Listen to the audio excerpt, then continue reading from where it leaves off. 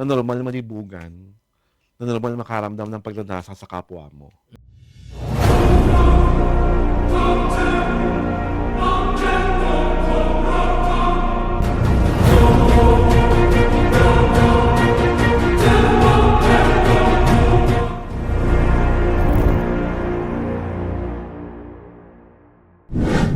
Ang saya-saya naman ng aming All Souls Day opening topic.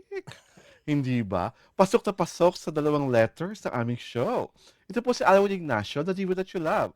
Kasama ko ang aking kumaring Ultra Maldita. Hi, this is Alex At of Brosas. course, this is the Sunday episode of the TT Show. Tariana Talakin Showbiz Edition. Mare, syempre alam mo na, di ba, na maraming tao ang pinag-usapan yung katatapos lamang na film festival na ang tawag ay Sinisilip na paandar ng Viva Films. Ang nakakabaliw sa festival na ito, sa 7 o 5 atang o 6 na pelikulang kasali, isa lang ang kumita.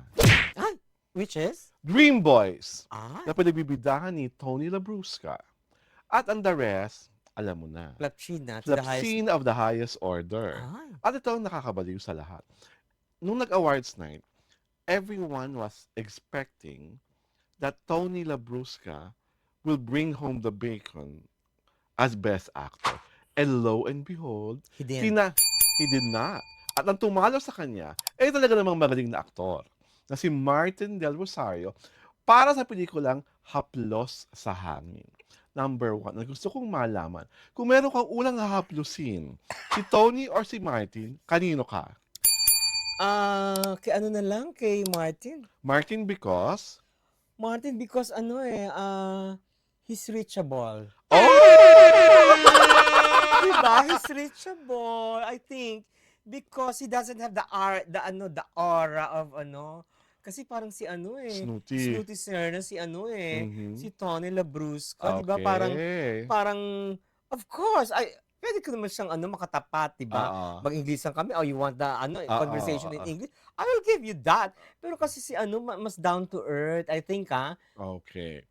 Sa haplusan angle, I wanted to make haplos for Tony, kaya lang na I know him personally. Parang kay Martin na rin ako. Ay, gaya-gaya ko naman.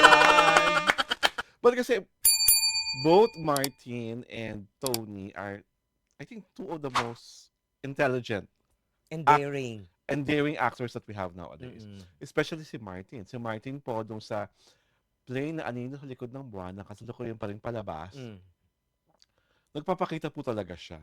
Ay. Wala siyang katakot-takot. Na ibuyang-yang ang mga dapat ibuyang-yang. It's a play, di ba? It's a play. Oo. Talaga may Continuous mga pa ba yun? Ha?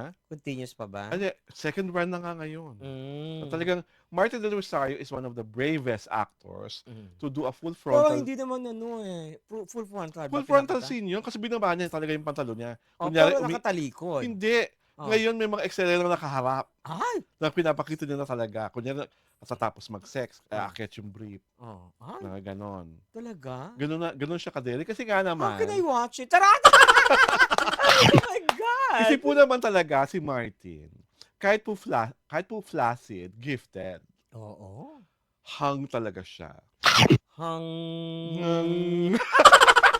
Oh my God! Talagang parang pag sinamba mo siya at may nabuhay na bangkay at hindi ka kagalingan, lockjaw ang magiging kahinatan mo. Oo, parang parang nakaluhod ka and you were singing, Hmm. Let's Let's start at the very Hindi, beginning. may kanta Do, eh. re, mi. Hindi, may kanta na Stand By Me. Stand by me. Oo, di ba? Naka-stand by Parang, me si Martin, tapos nakaluhod ka, Mm.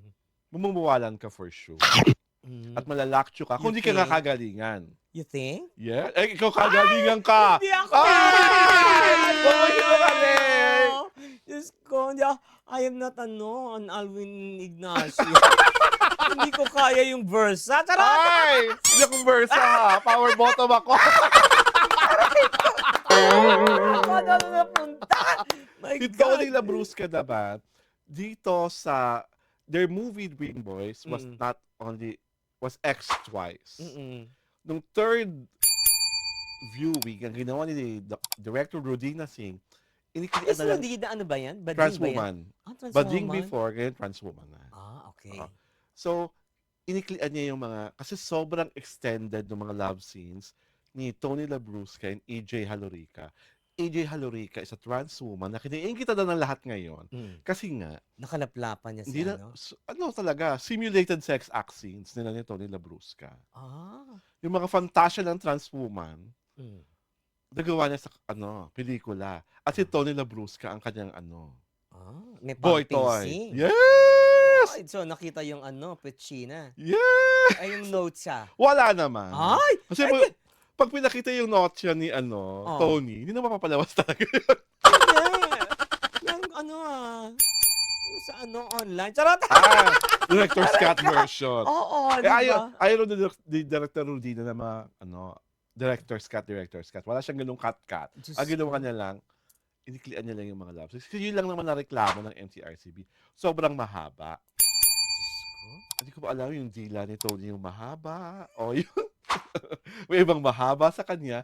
Basta, dun na-off ang MTRCB dun sa super extended love scenes ni Tony at ni EJ. But So it was cut short. Cut minimally. I don't know how minimal is from the original. Mm-mm. But the fact is, it goes to show that Tony Labrusca is a very brave actor. Kasi hindi lahat ng lalaki papayag na magka-partner ng isang trans woman tapos may love-making scenes pa. Diba? Kay Tony, sa kanya, hindi issue yon. Kasi kaya niya tinanggap tong movie na to kasi ganda-ganda siya dun sa script. May yung Viva actor, di ba dati? Ano yan? Yung hinalay niya yung ang nanay si I forgot the actor. Pelikula yan? Pelikula. Si trans woman rin ang niya? Hindi naman trans woman, pero bading na bagets-bagets pa. Si ko, I forgot. Maximo? Hindi. I forgot na. Sa Viva yata yun Well, anyhow. Yung lalaki. Talagang nagpaano siya. BJ siya na ewan. Well, sa akin lang, I appreciate itong ginagawa nila Martin at ni Tony into starring in movies that show off that eroticism is a normal thing.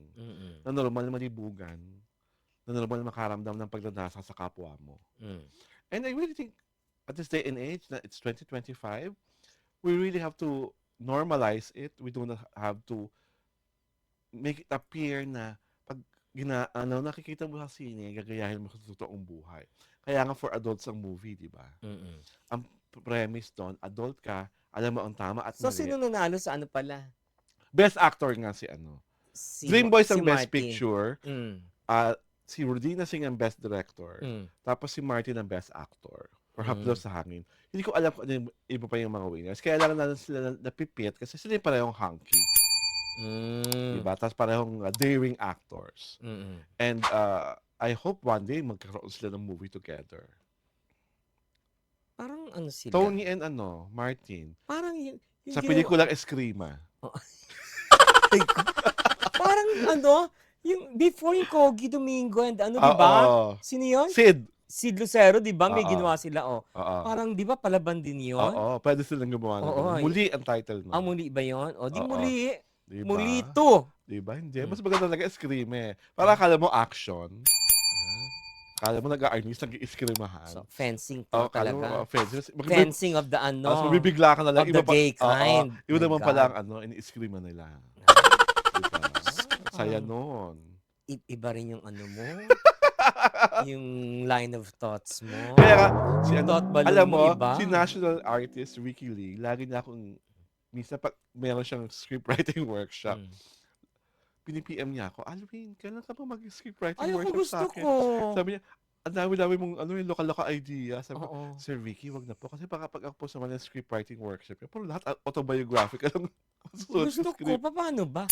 You have kasi to attend the session sa bahay niyo sa Xavierville. Aray ko. 6-7 sessions every weekend, Saturday, Sunday. Wala kang gagawin kundi nandun ka lang.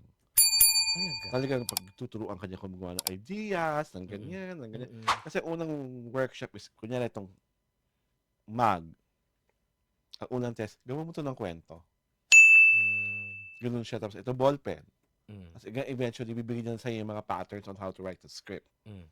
Tapos hingin ka na ng synopsis, hingin ka na ng script treatment, Mm. hanggang yung full script. Hindi ka niya nakatawagin graduate hanggang hindi ka nakasabit ng full script. Mm. So, lahat ng mga umadalo doon, dapat may full script kang matatapos.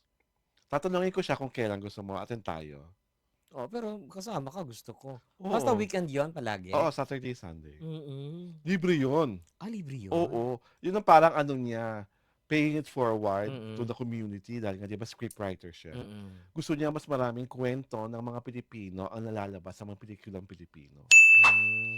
Magagawa mo na yung Imelda. Ay! Diyos ko. Ay! Yun ata ang pelikula mo dadala sa atin sa Oscar. My God! So to Tolo Labrusca and Martin Del Rosario, congratulations are in order sa inyong dalawa. And we hope here at the TT Show, and of course the rest of the planet, that you get to do more daring and unorthodox movies. This is Alwin Ignacio, the diva that you love, together with Miss May Kumaring Ultra Maldita. Hi, this is Alex Brosas. Of course, this is the Sunday edition of the TT Show, Tariana Talakayan Showbiz Edition.